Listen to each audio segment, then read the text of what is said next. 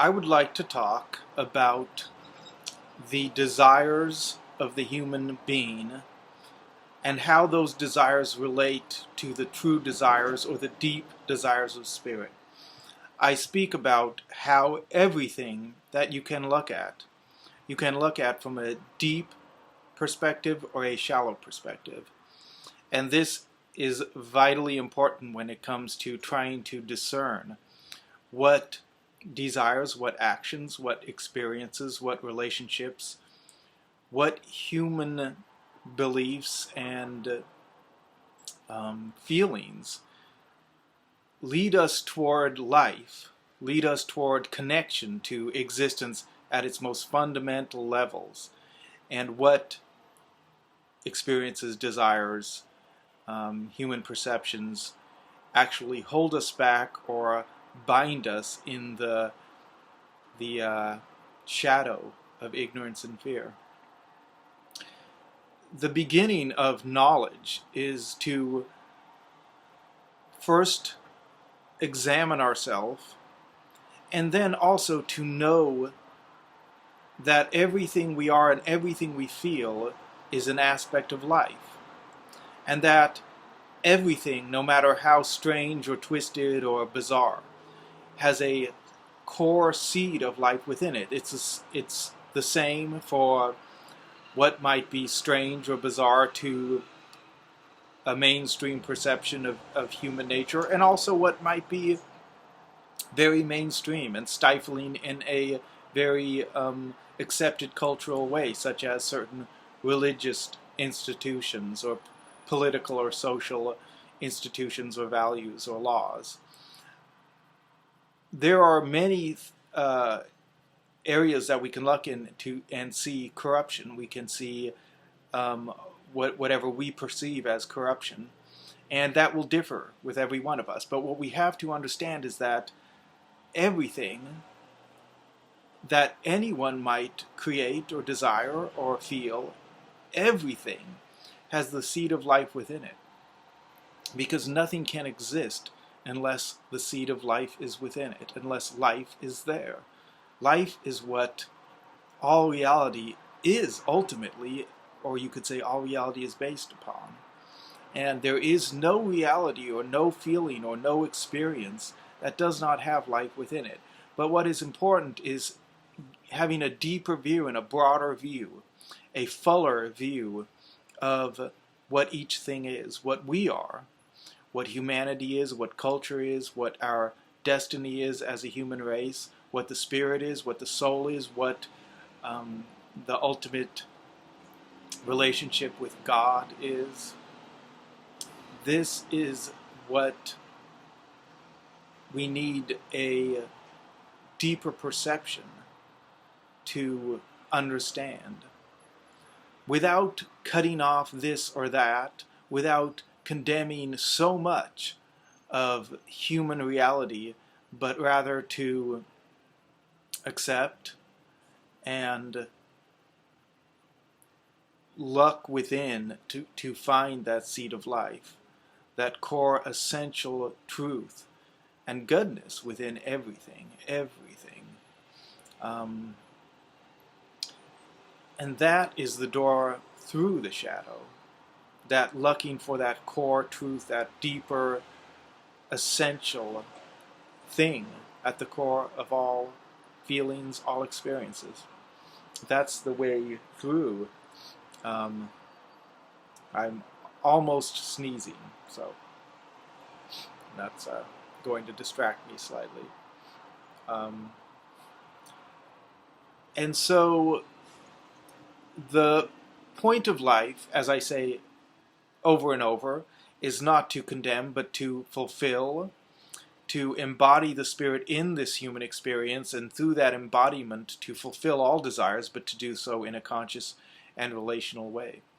I thought of calling this talk Sex, Money, Death, and Soul, because there are many things that seem sensationalist, that might seem to be things of ego desire, ego pleasure, ego yearning, ego striving, And yet it's important when we look at those things which we might think so clearly, things of this world, things of the ego, that we understand that there is something within and behind all things that has life to it. I was going to say has a goodness to it, but I'll just say that is life. That life is beyond all things. And human intimacy, sexuality, sex, money, power, death, which is something that as egos we see in a negative sense and often run from. But these things, which are sensationalist in various ways and also draw the ego in various ways, whether positive or negative to the ego, something we want or something we run from. These things illuminate an aspect of soul, and so ultimately lead to soul. So sex is intimacy, and even when it's in its most shallow form, that incredible pull, that desire for that pleasure has to do with intimacy. And at the core of that, if we go deep enough, there is the soul's desire, as I like to say, the soul's desire to be intimate with all things forever. Intimacy, relationship, unity. That core yearning of the soul is what lies behind the cultural and ego obsession with sex in the shallow sense. We want intimacy with all things forever, and of course, this does not demand we're always engaged with others. That intimacy with all things, from a spiritual perspective, does allow us to be alone with God, with the greatness of existence, to choose our forms of connection and relationship and intimacy, to have boundaries and all of these things. But within this is an engagement with existence, an engagement with life, a love of life and existence and all things, the core reality behind all things. And that is the spiritual essence, the deeper thing, the deep perspective of what gives rise to human sexuality and pleasure and the desire, and sometimes obsession with sex. Money and power are things that in this world give us the sense of being godlike creative entities that can create, that can alter our environment, that can bring people around us, that can expand into life, expand and broaden ourself, our vision, our body and mind into existence. And so power, worldly power, and then money, which is a huge tool for worldly power, even a basis for worldly power. These things, although again obviously corrupt, also at their core have this seed of spiritual desire, which is the desire to be creative, to create, to expand in relationship and intimacy into existence. And then there's death, which again for the ego is a negative thing, but at the core of that ego fear, is a longing for life. The reason we fear death is because we long for life, and actually part of that obsession and part of that fascination with death has to do with also the longing for change, and absolute change and alteration. And so because we understand, the ego understands death in this negative sense, we run from it, or we are obsessed with it in this sort of macabre way of horror, and horror films, which I love horror films. I think they're great, but it can be this macabre obsession that the ego is focusing in on a negative aspect, yet still being drawn to it. But again, at the core of that is this desire for for death as transformation, as ultimate change, where or by which we can move beyond the limitations of what we are, the limitations of human experience. And so whether we're running from death and afraid and obsessed with our health in a way that is unhealthy, or fascinated by death in a way that can be unhealthy, although I don't think, the Gothic thing is necessarily bad at all, but can be unhealthy. But whatever it is that our ego is doing in terms of focusing and obsessing, we have to understand that beyond and underlying that obsession, that ego perception, whether it has to do with sex or power or money or death, there is soul, there is life. There is life, and there is a core spiritual desire under every desire, and there is life under every reality in existence. There is no reality that exists without life being there. The most lost soul, the most demonic entity, the most empty, callous, destructive human being has within it, within her or him, within it, life, soul. And the deep perspective is to perceive this. And in our challenging of what is evil, what we would call evil, what we perceive as evil, in our challenging of what we call evil, in our challenging of injustice, in our challenging of the ignorance and blindness which inhibits life and creates destruction, oppression, mental and spiritual malady. In our addressing of these things, we must understand that beneath them all is life and soul. And part of or a core part of awakening humanity is to get humanity to see this and to transform through a positive focus on the possibility for all things being fulfilled in their rightful place and time, rather than the negative and punitive vision of existence. So it's helping humanity to understand that giving up something is because of something greater that we're receiving, something greater that we're moving toward.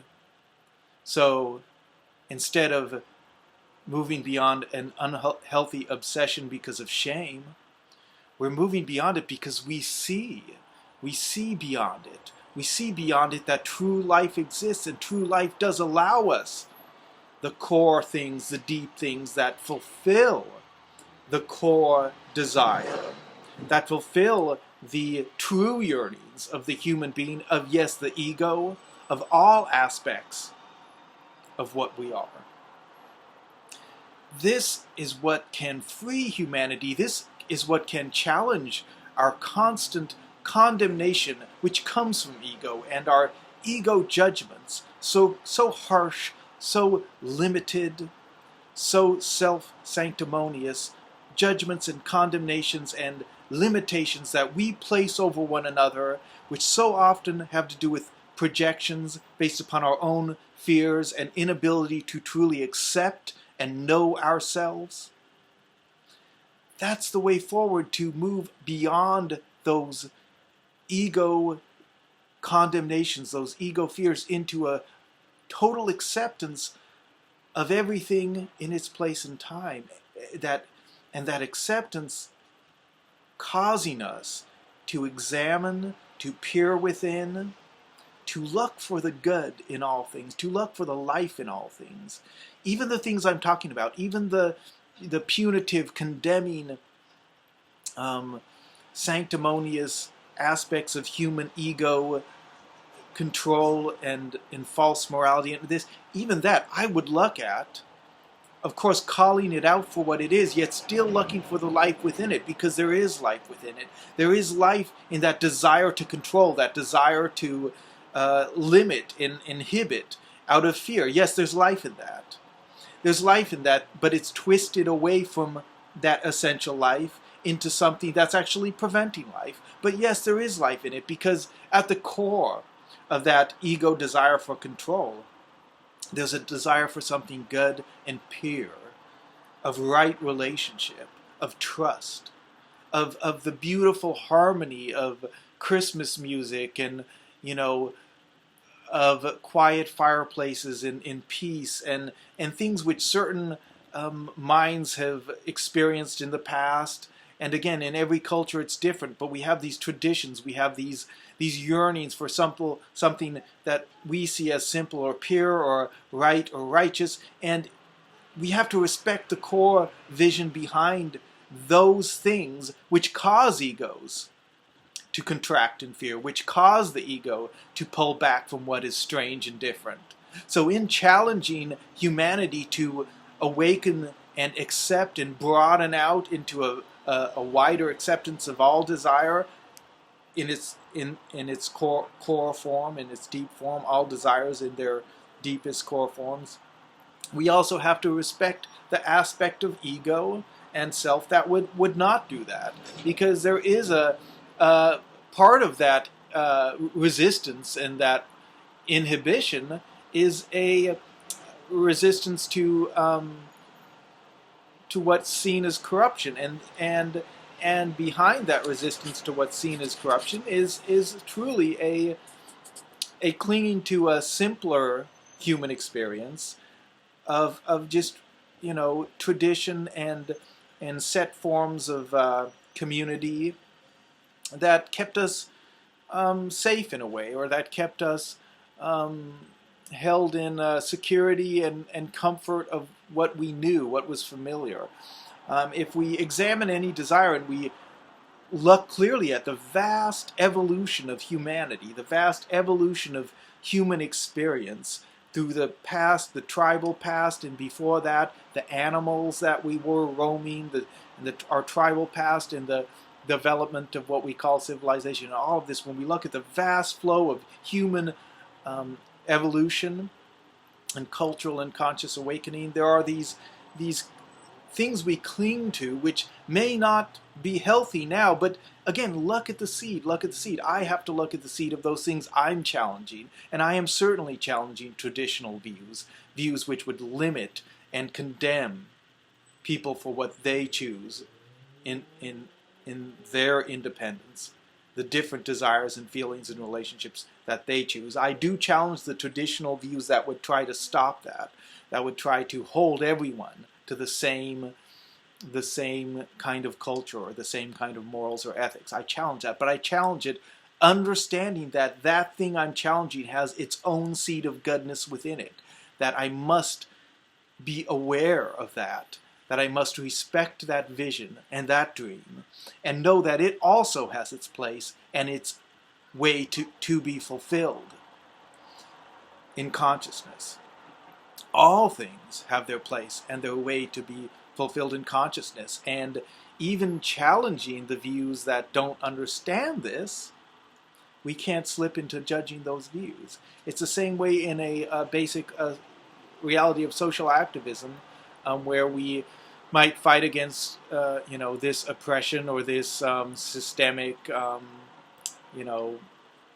disenfranchising of certain peoples, or this historic issue, again, whether racism or sexism or homophobia or whatever it might be, classism or heterosexism, whatever it might be. Whatever we're challenging, we do have to look at what we're challenging and understand there's a dream there, there's an experience there, and there's a vision there that no matter how buried in corruption in its current form, and that has to do with religion, it has to do with materialistic science, whatever it might be, we always have to try to find that seed of life, that dream, that has something within it that touches on love, because everything does, ultimately. There's nothing in existence that doesn't have somewhere within it life and love, and when we are seeking to move humanity forward, when we're expanding into our own shadow, allowing that within ourselves so that we can consciously and in right relationship begin to express all of the unconscious and all of the shadow feelings and desires and move through it, expanding into existence. Also doing this with human reality and cultural reality. Accepting, expanding through, letting each thing have its say. Everything have its say. Respecting the dream and the vision in everything. It's difficult. It is very difficult to understand that everything in existence, somewhere within it, has life and love. But that is the only thing that gives rise to existence, is life and love. Existence is itself, ultimately, in its essence, life and love. This is the deepest essence of all existence. There can be no existence without this. And even what we call evil, the ultimate schism from reality, from life and love, even that at its core has life and love, lost, but yet there. And that's the view of the angels. And even though I can't always see it, even though none of us can, well, I don't know, as far as I know, none of us can hold on to that constantly, all of the time, that vision.